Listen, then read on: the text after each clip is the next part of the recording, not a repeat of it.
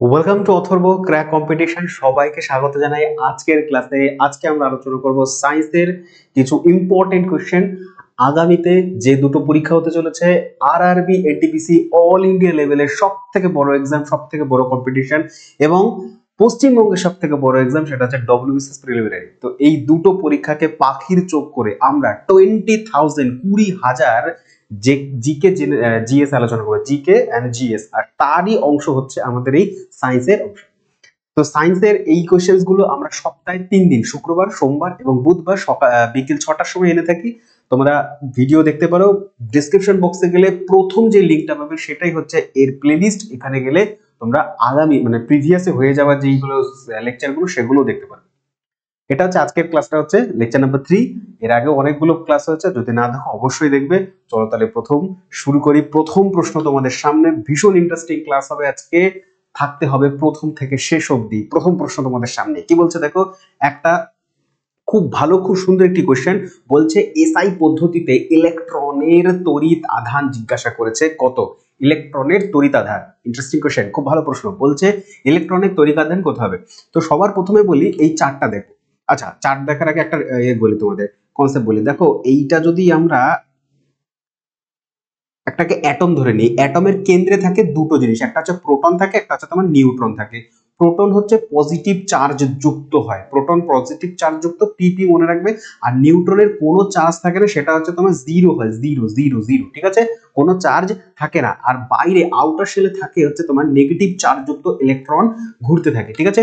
তো এই চারটার মাধ্যমে আমরা এই তিনটে যে কণাগুলো রয়েছে অ্যাটমসের ভিতরে, সেগুলো আমরা জানতে পারবো। সবার প্রথমে আমরা দেখি প্রোটন। প্রোটন হচ্ছে পজিটিভ চার্জ যুক্ত, যার চার্জ হচ্ছে কুলম্বে বলবে 1.6 into 10 to the power minus 19 column. 1.6 into 10 to the power minus 19 column. একই রকম ভাবে নিউট্রনের ক্ষেত্রে সেম চার্জ, কিন্তু এটা নেগেটিভই হবে, ঠিক আছে, এটা নেগেটিভ। আর নিউট্রন হচ্ছে তোমার কি হয়, নিউট্রাল হয়, যার হচ্ছে তোমার চার্জ হচ্ছে জিরো, মনে থাকবে। আচ্ছা, এদের মাসও জিজ্ঞাসা করে, মাস মানে হচ্ছে ভর। এই তিনটে কণার ভর জিজ্ঞাসা করবে, মনে রাখবে। যেমন চার্জ প্রোটন আর প্রোটন আর ইলেকট্রনের চার্জ যেমন সেম হয়, শুধু পজিটিভ আর নেগেটিভ। একই রকম ভাবে মাসের কথা যদি বলি, মাস হচ্ছে আবার প্রোটন আর নিউট্রনের মাস সমান, কিন্তু এই যে এরকম হবে 1.6 into 10 to the power minus 27 KG. One দেখে নাও, একদম কোনায় রয়েছে, দুটো মাসই দেখো একদম সেম, প্রোটন আর নিউট্রনের, ঠিক আছে। 1.6 into 10 to the power minus 27, ঠিক আছে। এটা হচ্ছে মাস বা ভর। ইলেকট্রনের ভর যেরকম হয় না, একই রকম পুরোপুরি নগণ্য হয়। তো 9.11 ইন্টু 10 টু পাওয়ার মাইনাস 31, এটা হচ্ছে ইলেকট্রনের মাস বা ভর। এবার ইলেকট্রন সম্পর্কে যদি কথা বলতে হয়, তাহলে বলবো যে, তাহলে আনসার কোনটা হলো, আনসার হলো অপশন নাম্বার এ, 1.6, হ্যাঁ 1.602, 1.6। তো 1.602 এখানে দিয়েছে, পয়েন্ট দশমিকের পরে তো আসে এক এক করে নাম্বার। তো 1.6 into 10 to power minus 19 coulomb হচ্ছে অপশন নাম্বার এ। এবার ইলেকট্রন কে আবিষ্কার করেছে? ইলেকট্রন আবিষ্কার করেছে এক ইম্পর্টেন্ট ব্যক্তি, জে জে থমসন। ইনি ইলেকট্রন আবিষ্কার করেছে কত সালে না, 1897 সাল, 1897 সালে তিনি আবিষ্কার করেছেন। আর এটা কি থেকে আবিষ্কার করেছেন? ক্যাথোড রে থেকে। Cathode important, cathode ray. আর এই ক্যাথোড রেটা কি নেগেটিভ চার্জড। আমি বললাম না ইলেকট্রন হচ্ছে তোমার নেগেটিভ, তো নেগেটিভ চার্জ কিন্তু ক্যাথোড রে থেকে আবিষ্কার করেছে। এই জন্য তাকে নোবেল প্রাইজে, শুধু এই জন্য নয়, তার পুরো সায়েন্টিফিক যে বৈজ্ঞানিক জীবন ছিল, সেই জন্য তাকে 1906 নোবেল প্রাইজ দেয়া হয় ফিজিক্সে, ঠিক আছে। কাকে না, জে জে থমসনকে। ওকে, আচ্ছা বেশ। পরের প্রশ্ন বলবো আমরা। পরের প্রশ্ন সেকেন্ড কোশ্চেন বলছে নিউক্লিক অ্যাসিডে যে অ্যাসিড থাকে, স্টার লাগাবে, ভীষণ ইম্পর্টেন্ট কোশ্চেন, দুর্দান্ত একটি কোশ্চেন। বলছে নিউক্লিক অ্যাসিডে কোন ধরনের অ্যাসিড থাকে। নিউক্লিক অ্যাসিড মানে ডিএনএ এর কথা বলছে। দেখো ডিএনএ এর পুরো নাম কি? ডিএনএ হচ্ছে D ribo deoxy ribo nucleic acid. তাহলে নিউক্লিক অ্যাসিড তার নামেই বলছে ডিএনএ তিনটে জিনিস নিয়ে তৈরি হয়। তিনটে কি কি? একটা হচ্ছে পেন্টোজ সুগার, ঠিক আছে। দুই নম্বর হচ্ছে N2 বেস, মানে নাইট্রোজেন বেস নিয়ে তৈরি হয়। আর একটা থাকে, এটার মধ্যে থাকে হচ্ছে তোমার ফসফরিক অ্যাসিড, তো এই তিনটে জিনিসটি হচ্ছে তোমার ডিএনএ তৈরি হয়। আর ডিএনএ এর মধ্যে জিজ্ঞাসা করেছে কোন অ্যাসিড থাকে, ফসফরিক অ্যাসিড। তাহলে অপশন নাম্বার বি হবে। ফসফরিক অ্যাসিডের সংকেত লিখবে H3PO4। H3PO4 হচ্ছে ফসফরিক অ্যাসিডের সংকেত, ঠিক আছে। এছাড়াও আমরা আনসার করব, কি আনসার করব না নাইট্রিক অ্যাসিড সম্পর্কে। নাইট্রিক অ্যাসিড হচ্ছে তোমার বাথরুম ক্লিনারে, বাথরুম যে ক্লিনিং যে তোমার থাকে না, সেটার মধ্যে যদি অ্যাসিড থাকে সেটা হচ্ছে নাইট্রিক অ্যাসিড। নাইট্রিক অ্যাসিড হচ্ছে তোমার কি বলে, নাইট্রিক অ্যাসিড হচ্ছে বলো অ্যাকোয়া ফর্টিস বলা হয়, অ্যাকোয়া ফর্টিস। এখানে হচ্ছে গোল্ড গলে যায়, সোনা নাইট্রিক অ্যাসিডের মধ্যে গলে যায়, ওই জন্য এটা অ্যাকোয়া ফর্টিস বলা হয়। হাইড্রোক্লোরিক অ্যাসিড হচ্ছে তোমার, হাইড্রোক্লোরিক অ্যাসিড স্টমাকে পাওয়া যায়, একটু জানি আমরা, এটাকে মিউরেটিক অ্যাসিড বলা হয়। মিউরিয়েটিক অ্যাসিড হচ্ছে তোমার হাইড্রোক্লোরিক অ্যাসিড HCl, ঠিক আছে। আচ্ছা, ব্যাটারিতে থাকে হচ্ছে সালফিউরিক অ্যাসিড। সালফিউরিক অ্যাসিড ব্যাটারিতে থাকে, আর এটাকে বলা হয় ম্যাটলিং অ্যাসিড, ম্যাটলিং অ্যাসিড। ওকে, আর কি বলা হয় ম্যাটলিক অ্যাসিড ছাড়া? আর বলা হয় হচ্ছে তোমার ব্লু, কি বলে, oil of vitriol, oil of vitriol, ঠিক আছে। তো ইম্পর্টেন্ট ইনফরমেশন তোমাদের সাথে শেয়ার করলাম। নেক্সট কোশ্চেন বলবো, পরের প্রশ্ন বলছে একটি বিশুদ্ধ লম্বা মটর গাছের জিনোটাইপ বলেছে, জিনোটাইপ বলেছে এখানেই ক্লু, বিশুদ্ধ লম্বা, বিশুদ্ধ লম্বা তার মানে সম্পূর্ণ লম্বা হবে। তাহলে অপশন নাম্বার ডি হবে, ডি, টি টি টি প্লাস টি, ক্যাপিটাল ডি ক্যাপিটাল টি। তার কারণ হচ্ছে স্মল টি হচ্ছে বেটেকে বোঝায়, আর ক্যাপিটাল টি হচ্ছে লম্বাকে বোঝায়। তাহলে লম্বা যদি হয় তাহলে টি টি হতে হবে, তাহলেই হচ্ছে তোমার বিশুদ্ধ লম্বা হবে, ঠিক আছে। আরেকটা কোশ্চেন আছে সেখান থেকে যে দ্বি শঙ্করে জিনোটাইপ রেশিও কত হবে F2 তে, F2 তে হবে 9:, কত হবে 9:3:3:1, ঠিক আছে, 9:3:3:1, এটা হচ্ছে জিনোটাইপের ইয়েতে। পরের প্রশ্ন বলবো যে কি, ওই এই কোশ্চেনটা রং ছিল, ঠিক আছে, তো ওই জন্য ওটাকে স্কিপ করলাম। নেক্সট কোশ্চেন বলছে সমুদ্রে সাদা ধোঁয়া তৈরি হয়, স্টার মারো আগে, এই কোশ্চেনটা ভীষণ ইম্পর্টেন্ট। বলছে সমুদ্রে সাদা ধোঁয়া তৈরির জন্য কি ব্যবহার করা হয়? সমুদ্রে সাদা ধোঁয়ার জন্য হচ্ছে অপশন নাম্বার এ, এটাকে বলে ফসফেন, ফসফেন, ঠিক আছে, ফসফেন ব্যবহার করা হয়, PH3, ওকে, PH3, ঠিক আছে। আচ্ছা, এটা কি? এটা হচ্ছে অ্যামোনিয়া, অ্যামোনিয়া, অ্যামোনিয়া থেকে ইউরিয়া তৈরি হয়, ইউরিয়া কোথায় তৈরি হয় না লিভারে, লিভারে তৈরি হয় ইউরিয়া। আর এই প্রসেসটাকে বলা হয় অর্নিথিন চক্র। কি বলা হয়? অর্নিথিন সাইকেল, অর্নিথিন সাইকেল বা ইউরিয়া সাইকেল বলা হয়। তাহলে অ্যামোনিয়া থেকে ইউরিয়া প্রস্তুত হয়। অ্যামোনিয়া হচ্ছে নাইট্রোজেনের প্রোটিন জাতীয় যত খাদ্য খাবো আমরা, প্রোটিন জাতীয় যত খাদ্য, সেটা অ্যামোনিয়া প্রস্তুত হবে। আর সেটাকেই বলা হয় দেহের বাইরে বের করতে হবে, ক্ষতিকারক জিনিস। আর সেটা দেহের বাইরে বের করতে গেলে কি করতে হবে? জলের মাধ্যমে বের করতে হবে। সেই জন্য ইউরিয়া জলের মধ্যে খুব তাড়াতাড়ি খুব ভালোভাবে গলে যায়, ঠিক আছে। তো সেই কারণে কি করে, অ্যামোনিয়া থেকে ইউরিয়া প্রস্তুত করে কোথায় না লিভার করে এটা। আর পুরো এই প্রসেসটাকে বলা হয় সাইকেল। কি সাইকেল না অর্নিথিন সাইকেল। তাহলে অর্নিথিন সাইকেল কোথায় হয়? কোথায় হয় অর্নিথিন সাইকেল? হচ্ছে তোমার লিভারে হয়, ঠিক আছে। আর এটা বেরোয় কোথায়? কিডনির মাধ্যমে বেরিয়ে যায়, তার কারণ এটা রক্তের মধ্যে মেশে। লাস্ট একটা এক্সাম হয়েছিল পিএসসি মিসলিনিয়াসে, কোশ্চেন এসেছিল যে রক্ত পরিশুদ্ধ কোথায় হয়? রক্ত পরিশুদ্ধ হচ্ছে কিডনি বা বৃক্কতে হয়, ঠিক আছে। তার কারণ এই যে অ্যামোনিয়া, ইউরিয়া, এই সমস্ত যে বজ্র পদার্থগুলো রক্তে মিশে যাবে, রক্তে মেশার পরে এগুলো কোথায় নিজে বিশুদ্ধ হবে? কোথায় পিউরিফিকেশন কোথায় হবে? তো রক্ত চলে যাবে বৃক্কের কাছে, বৃক্ক ছেঁকে এগুলোকে বের করে দেহের বাইরে বের করে দেবে। যখন বৃক্ক বের করবে তার জন্য পর্যাপ্ত পরিমাণে ওয়াটার বা জল লাগবে, সেই জন্য বলা হয় আমাদের পর্যাপ্ত পরিমাণে দিনে 4 লিটার জল আমাদের পান করতে হবে, নাহলে এই যে এক্সেসিভ যেই এগুলো রয়েছে এগুলো আমাদের দেহেই থেকে যাবে, কিডনির মধ্যে থেকে যাবে, তখন হবে কিডনি স্টোন। ওই জন্য ঠিকঠাক করে জল খেতে লাগে, ঠিক আছে। পরের প্রশ্ন বলছে সার্বিক দাতা কোন শ্রেণীর মানুষকে, রক্তের মানুষকে বলা হয়? এর থেকে সোজা প্রশ্ন কিছু হয় আর? বলছে সার্বিক দাতা, যদি সার্বিক গ্রহিতা বলতো অপশন নাম্বার এ বি হতো, মানে অপশন নাম্বার বি হতো, কিন্তু যে দাতা, দাতা হচ্ছে অপশন নাম্বার এ হয়। তার কারণ কি? তার কারণ এখানে অ্যান্টিজেন থাকে না, থাকে না, ঠিক আছে। অ্যান্টিজেন থাকে না, তাই ম্যাচিং এর কোনো ব্যাপার থাকে না, তাই হচ্ছে এটা যে কেউ নিতে পারে, ঠিক আছে। আর অ্যান্টিজেন কি করে না অ্যান্টিবডি প্রস্তুত করে, অ্যান্টিবডি প্রস্তুত করে। তাহলে আমাদের 4 ধরনের ব্লাড গ্রুপ হয়। এই 4 ধরনের ব্লাড গ্রুপ রক্তের গ্রুপকে আবিষ্কার করেছিলেন, নাম বলবে ল্যান্ডস্টেইনার।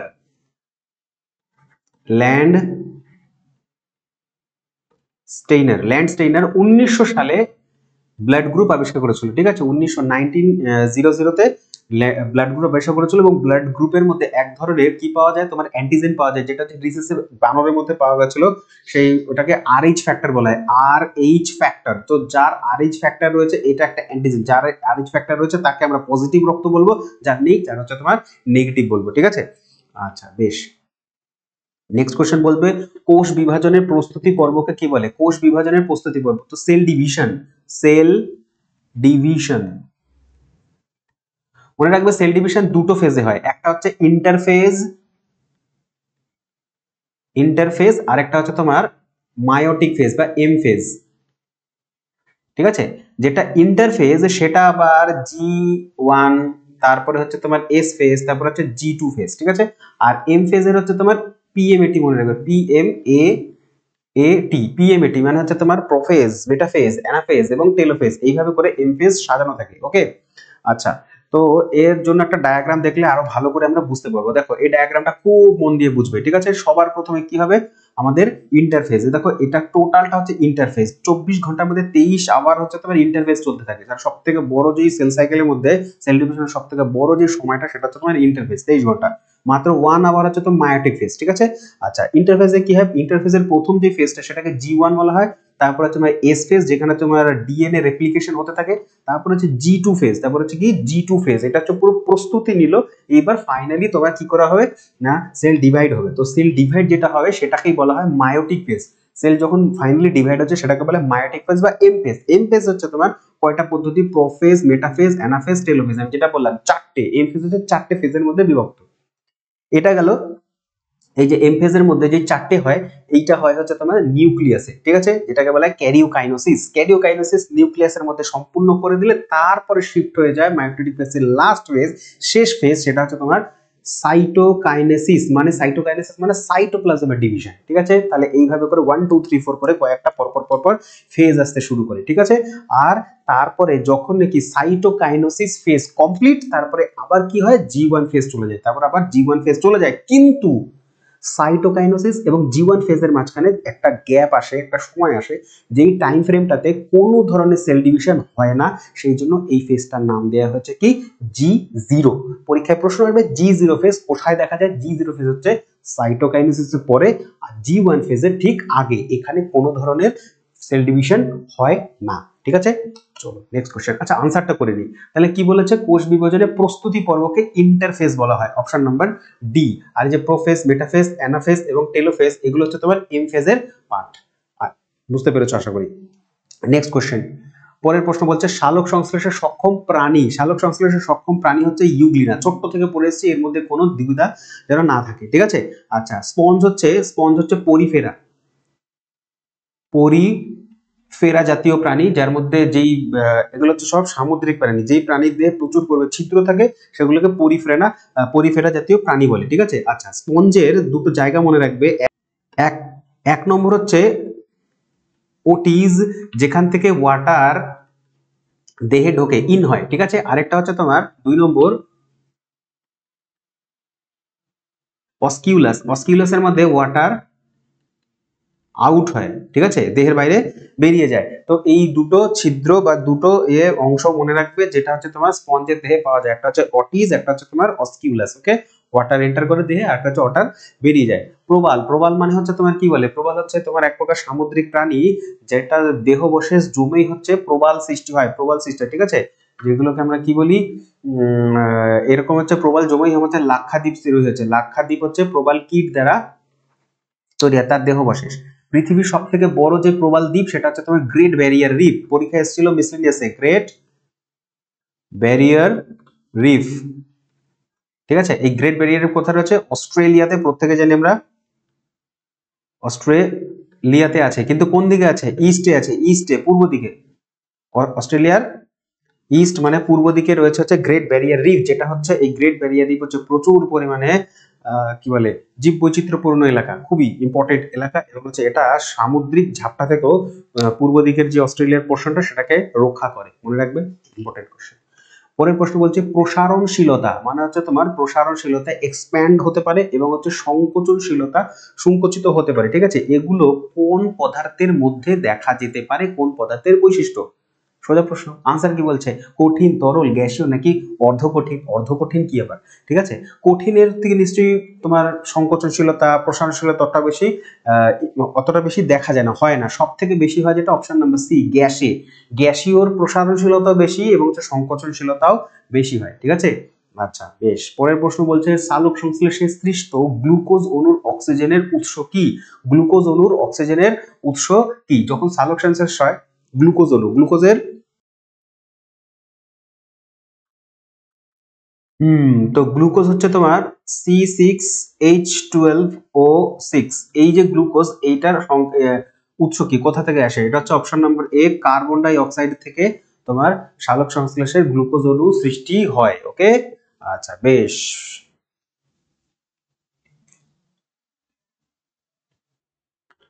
চলো বেশ। তারপরে আচ্ছা এখান থেকে আর কি জানবো আমরা? এখান থেকে জানবো কি জানবো? সালোক সংশ্লেষের অন্ধকার দশা, অন্ধকার দশা যেটাকে আমরা ডার্ক রিয়াকশন বলি। ডার্ক রিয়াকশন কোথায় হয়? স্ট্রোমাতে হয়। পরীক্ষায় বহুবার এসে স্ট্রোমাতে হয় ডার্ক রিয়াকশন, যেটাকে আমরা কি বলি? ডার্ক রিয়াকশনকে বলতে পারি আমরা, ডার্ক রিয়াকশনকে বলতে পারি কি বলতে পারি? কেলভিন সাইকেল, কেলভিন সাইকেল চক্র, কেলভিন চক্র, ঠিক আছে। এক, 2 নম্বর হচ্ছে আরেকটা মনে রাখবে, সেটা হচ্ছে তোমার আলোক দশা। আলোক দশা, আলোক দশাকে বলতে পারি, আলোক দশাকে আমরা বলতে পারি হচ্ছে তোমার হিল বিক্রিয়া। হিল বিক্রিয়া কোথায় হয়? হিল বিক্রিয়া, হিল বিক্রিয়া হয় হচ্ছে তোমার গ্রানাতে, ঠিক আছে। গ্রানাতে হিল বিক্রিয়া হয়। তো অন্ধকার দশা হয় স্ট্রোমাতে, আর আলোক দশা হয়, হিল বিক্রিয়া কোথায় হয়? তোমার গ্রানাতে হয়, ঠিক আছে। বেশ, আর এই ইম্পর্টেন্ট জিনিস মনে রাখবে, হিল বিক্রিয়া বা আলোক দশাতে যেটা উৎপন্ন হয় সেটা হচ্ছে তোমার NADP, NADP, DP DP NADP তৈরি হয়। আর কি তৈরি হয় না? ADP। আর অন্ধকার দশায় তৈরি হয় NADPH এবং হচ্ছে ATP, ঠিক আছে। এগুলো হচ্ছে তোমার উৎপন্ন দ্রব্য, এগুলো হচ্ছে উৎপন্ন বস্তু আলোক দশা এবং অন্ধকার দশার মধ্যে সালোক সংশ্লেষে। চলো ঠিক আছে বেশ। তারপরে দেখো এখানে রয়েছে SO2, এই যে SO2 প্লাস হচ্ছে NO, এই দুটো হচ্ছে তোমার, একটা হচ্ছে তোমার SO2, SO2 কি? SO2 হচ্ছে সালফার ডাইঅক্সাইড, আর NO যেটা সেটা হচ্ছে তোমার নাইট্রোজেন অক্সাইড। এই সালফার ডাইঅক্সাইড আর নাইট্রোজেন অক্সাইড এই দুটো হচ্ছে কোথায় থাকে?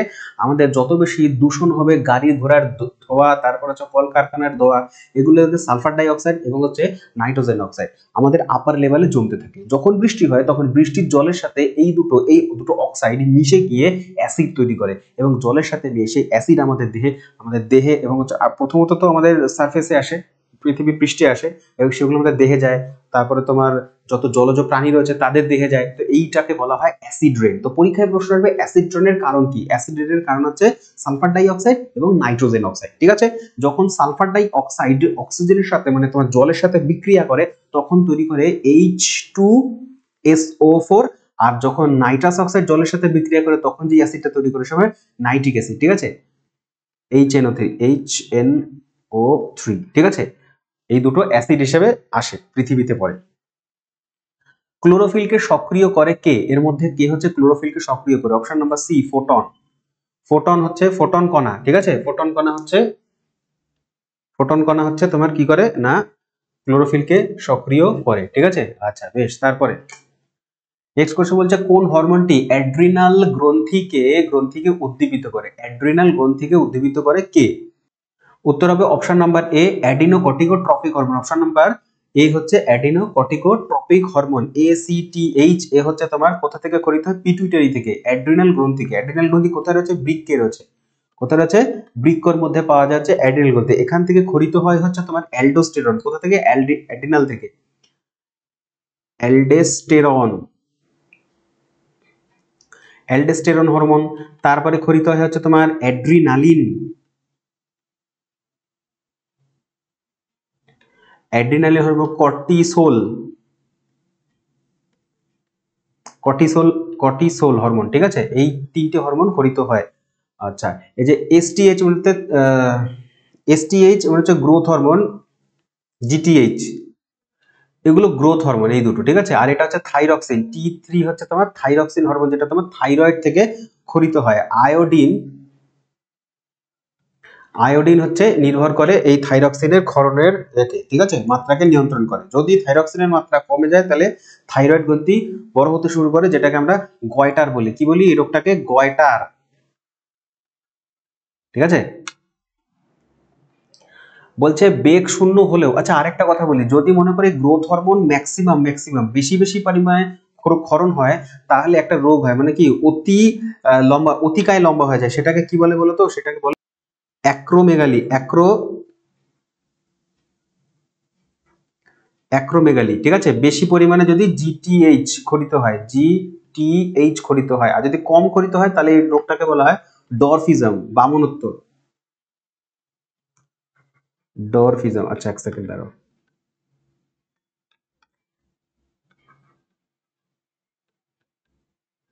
ডরফিজম এটা হচ্ছে বামনত্ব রোগ, যদি কম ক্ষরিত হয়, গ্রোথ হবে না তাই। বেগ শূন্য হলেও বস্তু ত্বরণ থাকতে পারে, উক্তিটি সত্যি না মিথ্যা? একেবারে ঠিক কথা বলেছে, অপশন নাম্বার এ রাইট, ঠিক আছে? নেক্সট কোশ্চেন, চলো পরের প্রশ্ন। বলছে অনুনাদের ফলে কম, এক সেকেন্ড দাঁড়াও, হ্যাঁ ঠিক আছে। আবার অনুনাদের ফলে কম্পাঙ্কের প্রাবল্য কি হবে? বৃদ্ধি পায়, হ্রাস পায়, একই থাকে, নাকি প্রথমে হ্রাস পায় তারপরে কম অনুনাদের ফলে বৃদ্ধি পায়? অপশন নাম্বার এ, অনুনাদের ফলে হচ্ছে তোমার কি হয়? কম্পাঙ্কের মাত্রা পরিমাণ বেড়ে যায়। কম্পাঙ্ক কিসে মাপে? হার্টজে মাপে, ঠিক আছে? হার্টজ এককে মাপে, এইচজেড, হার্টজ এককে মাপে হচ্ছে কম্পাঙ্ক, ঠিক আছে? এছাড়াও আহ ঠিক আছে, চলো ঠিক আছে, বেশ। পরের প্রশ্ন বলবো, গ্যাস থার্মোমিটারে ব্যবহৃত কোন গ্যাস থাকে? গ্যাস থার্মোমিটারে ব্যবহৃত হয় অপশন নাম্বার সি নাইট্রোজেন, যদি না থাকে অপশনে তাহলে বলবে হিলিয়াম, যদি না থাকে অপশনে তাহলে হচ্ছে আর্গন, ঠিক আছে? এই গ্যাসগুলো হচ্ছে তোমার গ্যাস থার্মোমিটারে ব্যবহার করে, ঠিক আছে? আচ্ছা বেশ। আর্গন, আর্গন, আর্গন, ঠিক আছে লিখেছিলাম। আর্গন হচ্ছে এমন একটি নিষ্ক্রিয় গ্যাস যেটি হচ্ছে বায়ুতে সব থেকে বেশি থাকে। তাহলে কোন নিষ্ক্রিয় গ্যাস বায়ুতে বেশি থাকে? সেটা হচ্ছে আর্গন। মাত্রা কত বলবে? মাত্রা হচ্ছে 0.9%, যেটা কার্বন ডাই অক্সাইডের থেকেও বেশি। কার্বন ডাই অক্সাইড কত থাকে? 0.03% বেশি থাকে আর্গন কার্বন ডাই অক্সাইডের তুলনায়, ঠিক আছে? আচ্ছা নাইট্রোজেন, নাইট্রোজেন বাল্বে ব্যবহার করে, ফিলামেন্ট বাল্ব, ঠিক আছে? Filament bulb. মনে রাখবে হাইড্রোজেন আবিষ্কার করেছে হেনরি ক্যাভেন্ডিশ, ক্যাভেন্ডিশ, ক্যাভেন্ডিশ আবিষ্কার করেছে হাইড্রোজেন। আর অক্সিজেন হচ্ছে দুজনের নাম মনে রাখবে, এক তো হচ্ছে মনে রাখবে প্রিস্টলে, প্রিস্টলে তিনি হচ্ছেন আবিষ্কার করেছেন, কিন্তু নামটা দিয়েছেন হচ্ছে, নামটাকে দিয়েছেন ল্যাভয়েশিয়ার,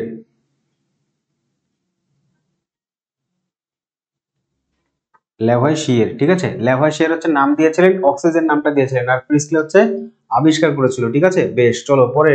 আচ্ছা ক্লোরিন, এটা Cl2, এটা হচ্ছে ক্লোরিন। ক্লোরিন হচ্ছে তোমার খুবই ক্ষতিকারক একটা, যেটা হচ্ছে ক্লোরোপিক্রিন। ক্লোরোপিক্রিন তৈরি হয় ক্লোরিন গ্যাস থেকে, হচ্ছে কাদানে গ্যাসের মধ্যে, কাদানে গ্যাস, কাদানে গ্যাসের মধ্যে তোমার ক্লোরিন থাকে, ঠিক আছে?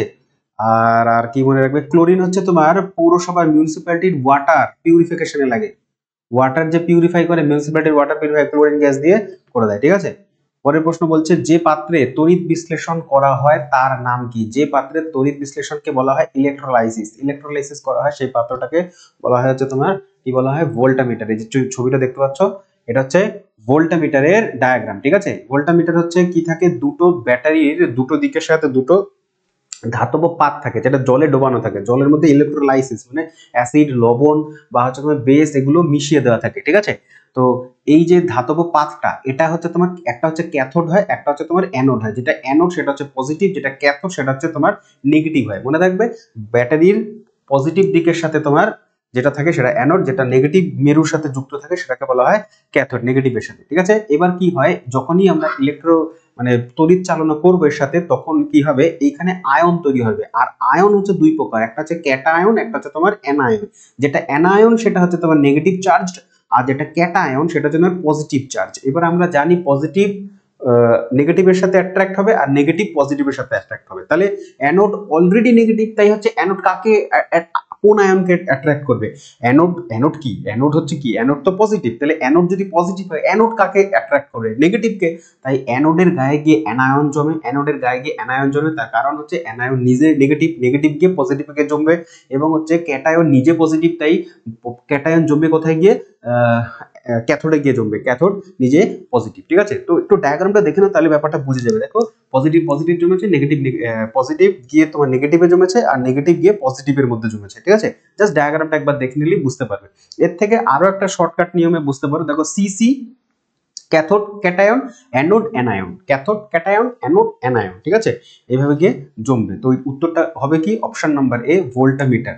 এখানের মাধ্যমে ইলেকট্রোপ্লেটিং করা হয়। ইলেকট্রোপ্লেটিং পাত যে কোনো জিনিসের ধাতুর বস্তুর উপরে তোমার অন্য ধাতুর প্রলেপ দিতে এই ইলেকট্রোলাইসিস ব্যবহার করা হয়। ঠিক আছে, নেক্সট হচ্ছে নিচের কোনটি অচৌম্বক পদার্থ? চুম্বক পদার্থ নয়। এইটা একটা কোয়েশ্চেন হলো, অপশন পরে দেখো। বলছে কাঠ, লোহা, কোবাল্ট নাকি nickel? Answer is option number এ, কাঠ হচ্ছে অচৌম্বক, চৌম্বক ধরে না। দেখো লোহা, কোবাল্ট, নিকেল এই প্রত্যেকটাই হচ্ছে তোমার, প্রতিটি হচ্ছে কি বলে, ফেরোম্যাগনেট বলা হয়, এগুলোকে বলা হয় ফেরোম্যাগনেট। কারণ কি? এদের হচ্ছে ম্যাগনেটিক ম্যাটেরিয়াল। ঠিক আছে, এবার একটা রয়েছে পদার্থ সংকর ধাতু, সেটাকে বলা হয় অ্যালনিকো। অ্যালনিকো তৈরি হয়, দেখো এল মানে অ্যালুমিনিয়াম প্লাস হচ্ছে নিকেল থাকে, প্লাস হচ্ছে তোমার কোবাল্ট থাকে। এই যে পদার্থটা, তিনটে পদার্থের মিশ্রণে তৈরি হয়েছে অ্যালনিকো। এই অ্যালনিকো হচ্ছে তোমার পার্মানেন্ট পার্মানেন্ট চুম্বক তৈরি করতে কাজে লাগে অ্যালনিকো। অ্যালনিকো হচ্ছে তিনটে জিনিস নিয়ে তৈরি হয়। ওকে, পরের প্রশ্ন বলছে শব্দ যেতে পারে না। শব্দ যেতে পারে না, কার মধ্যে দিয়ে শব্দ যেতে পারে না? শূন্য মাধ্যম, হাইড্রোজেন গ্যাসে, না জলে, নাকি স্টিলে? আমরা প্রত্যেকে জানি শব্দ হচ্ছে একটা মেকানিক্যাল বা যান্ত্রিক তরঙ্গ, যান্ত্রিক তরঙ্গ বা মেকানিক্যাল ওয়েভ। আর এই মেকানিক্যাল ওয়েভ বা অপশনে দেবে হচ্ছে তোমার যান্ত্রিক তরঙ্গ, বা হচ্ছে তোমার বা অনুদৈর্ঘ্য, অনুদৈর্ঘ্য বা হচ্ছে লঙ্গিটিউডিনাল। দুটো যান্ত্রিক তরঙ্গ দুটো হয়, একটা হচ্ছে ট্রান্সভার্ট আর যেটা অনুদৈর্ঘ্য। তো যান্ত্রিক তরঙ্গ যদি হয় অটোমেটিক্যালি অনুদৈর্ঘ্য তরঙ্গ তো হতেই হবে। অনুদৈর্ঘ্য বা হচ্ছে তোমার যান্ত্রিক তরঙ্গের দুটো প্রকার, তো অনুদৈর্ঘ্য আর হচ্ছে তোমার ট্রান্সভার্স। তো ট্রান্সভার্স আর হচ্ছে তোমার লঙ্গিটিউড, দুটোর মধ্যে একটা তো হবে, তো কোনটা? সেটা হচ্ছে তোমার লঙ্গিটিউড। লঙ্গিটিউডের অটোমেটিক্যালি এটা যান্ত্রিক তরঙ্গের মধ্যে পড়ে যাবে। তো এবার এই যান্ত্রিক তরঙ্গ শব্দ যেতে গেলে মাধ্যম লাগেই লাগে, মাধ্যম অবশ্যই লাগবে। মাধ্যম তিন প্রকার, কঠিন, গ্যাস এবং তরল। এই তিনটে মাধ্যমের মধ্যে দিয়ে সাউন্ড যেতে পারে। সব থেকে গতি বেশি কোথায়? কঠিনে। সব থেকে গতি কম কার? গ্যাসে। গ্যাসীয়তে গতি কম, কিন্তু একেবারেই যেতে পারে না বলেছে, যেতে পারে না শূন্য মাধ্যমে। সেই কারণে মহাশূন্যে, মহাবিশ্বে এত বিস্ফোরণ হলো আমরা পৃথিবী থেকে সেটা শুনতে পাই না। আনসার ইজ শূন্য মাধ্যমের শব্দ যেতে পারে না। ঠিক আছে, পরের প্রশ্ন বলবো। বলছে ফার্মালিনে কত শতাংশ ফার্মালডিহাইড থাকে? ভেরি ভেরি ইম্পর্টেন্ট কোশ্চেন, খুবই গুরুত্বপূর্ণ, খুবই ভালো প্রশ্ন, রেলের জন্য খুবই যোগ্য একটি প্রশ্ন। ঠিক আছে, বুঝবো ফার্মালিন কি আর ফার্মালডিহাইড কি। ঠিক আছে, তো প্রথমত বুঝি ফার্মালডিহাইড কি। ফার্মালডিহাইডের সাথে যদি আমরা ওয়াটার যুক্ত করি, জল যুক্ত করি, তাহলে ফার্মালডিহাইড প্লাস হচ্ছে ওয়াটার, যেটা হবে সেটাই হবে ফার্মালিন। সেটাই কি হবে? ফার্মালিন। ফার্মালিনের সংকেত হচ্ছে CH2O। CH2O হচ্ছে তোমার ফার্মালিনের সংকেত। ঠিক আছে, তাহলে এই ফার্মালডিহাইডের মধ্যে ফার্মালিন তো রয়েছে, কত পরিমাণ রয়েছে? 40। Option number D, option number D 40 রয়েছে। ঠিক আছে, আর এখান থেকে নেক্সট কোশ্চেনে বলবো আমরা। পরের প্রশ্ন বলছে ন্যাপথালিনের সংকেত কি? ন্যাপথালিনের সংকেত কত? ন্যাপথালিনের সংকেত কত? কিসে পাওয়া যায় ন্যাপথালিন? পেট্রোলিয়ামে পাওয়া যায়। তো ন্যাপথালিনের সংকেত হচ্ছে অপশন নাম্বার এ, অপশন নাম্বার এ C10H8। C10H8 হচ্ছে তোমার ন্যাপথালিন। এবার আলাদা করে আরো কিছু সংকেত জেনে রাখো, যেমন হচ্ছে বিউটেনের জানতে হবে, বিউটেন জানতে হবে। বিউটেন কত? বিউটেন, বিউটেন তো 10 10 10 কি আছে? 10 মনে রাখবে হচ্ছে তোমার C4H10, C4H10। প্রোপেন মনে রাখবে, প্রোপেন, প্রোপেন কত? প্রোপেন হচ্ছে তোমার C3H8। ঠিক আছে, প্রোপেন। আর মিথেন মনে রাখো, মিথেন তো জানি আমরা সবাই, এটা কি বলবো আর, মিথেন হচ্ছে তোমার CH4 আটটা জিনিস মনে রাখবে, কার্বলিক অ্যাসিড বা ফেনল, ফেনল বা কার্বলিক অ্যাসিড একই জিনিস, কার্বলিক অ্যাসিড। কার্বলিক অ্যাসিড হচ্ছে তোমার C6H5OH, ঠিক আছে, C6H5OH, এটা হচ্ছে তোমার কার্বলিক অ্যাসিড। পিকচার স্ক্রিনশট নিয়ে নাও, পিডিএফ তোমার পেয়ে যাবে আমার টেলিগ্রাম চ্যানেলে। তো এগুলো হচ্ছে তোমার সংকেত, মনে রাখবে পরীক্ষায় যদি ন্যাপথালিনের সংকেত আসতে পারে তাহলে এগুলোরও সংকেত আসতে পারে। আচ্ছা, বিউটেন অ্যান্ড প্রোপেন, এটা হচ্ছে এলপিজি যে গ্যাস আমরা, লিকুইফাইড পেট্রোলিয়াম গ্যাস সংকেতও আসে, পুরো নামও আসে লিকুইফাইড পেট্রোলিয়াম গ্যাস। এটার মধ্যে সব থেকে বেশি মাত্রায় থাকে হচ্ছে তোমার বিউটেন থাকে, কত পার্সেন্ট না 50%, ঠিক আছে। আর প্রোপেন থেকে 48%, ঠিক আছে, প্রোপেন থেকে 48%। আরেকটা জিনিস থাকে আইসোবিউটেন, ঠিক আছে, আইসোবিউটেন নিয়ে এলপিজি তৈরি হয়, লিকুইফাইড পেট্রোলিয়াম গ্যাস, ঠিক আছে। নেক্সট কোশ্চেন বলছে ধূমায়মান সালফিউরিক অ্যাসিড কাকে বলে? ধূমায়মান sulphuric acid, option number A H2S2O7, H2S2O7, ঠিক আছে। আচ্ছা, ঠিক আছে, এটাকে কি বলে? ওলিয়াম। ওলিয়াম অনেক ধরনের হতে পারে, ঠিক আছে। তো এইটা বেশ, তো বোঝা গেল। আচ্ছা, আরেকটা জিনিস বলি তোমাদের, এখানে বলা হয়নি, আমি এখন বলে দিচ্ছি, সেটা জেনে রাখো। কোথায় গেল কোশ্চেনটা? চুম্বকের কোশ্চেনটা কোথায় গেল? ফেরোম্যাগনেট কোথায় পড়ছিলাম? চলে আসলাম নাকি আমরা ক্রস করে?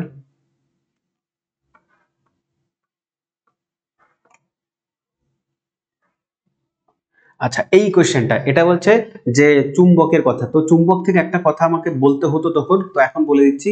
মনে রাখবে 20 বিন্দু বা 20 টেম্পারেচার বা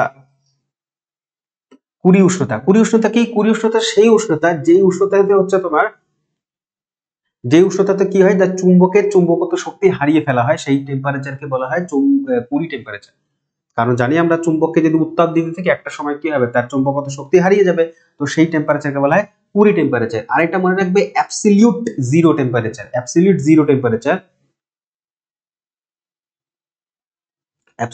জিরো। এইটা কি?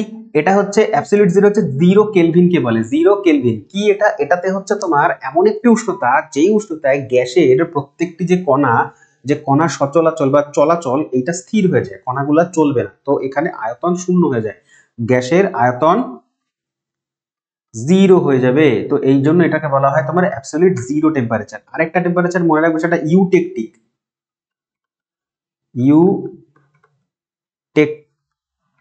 Eutectic temperature. এটা কি? ইউটেকটিক টেম্পারেচার দ্রাব ও দ্রাবক একই সাথে জমে যাবে যখন, সেটাকে বলা হয়, একই সাথে যখন ফ্রিজ হয়ে যাবে সেটাকে বলা হয় ইউটেকটিক টেম্পারেচার। 3 টেম্পারেচার বললাম, 20 টেম্পারেচার, ইউটেকটিক টেম্পারেচার, এন্ড হচ্ছে তোমার কি বলে, অ্যাবসলিউট জিরো টেম্পারেচার, ঠিক আছে।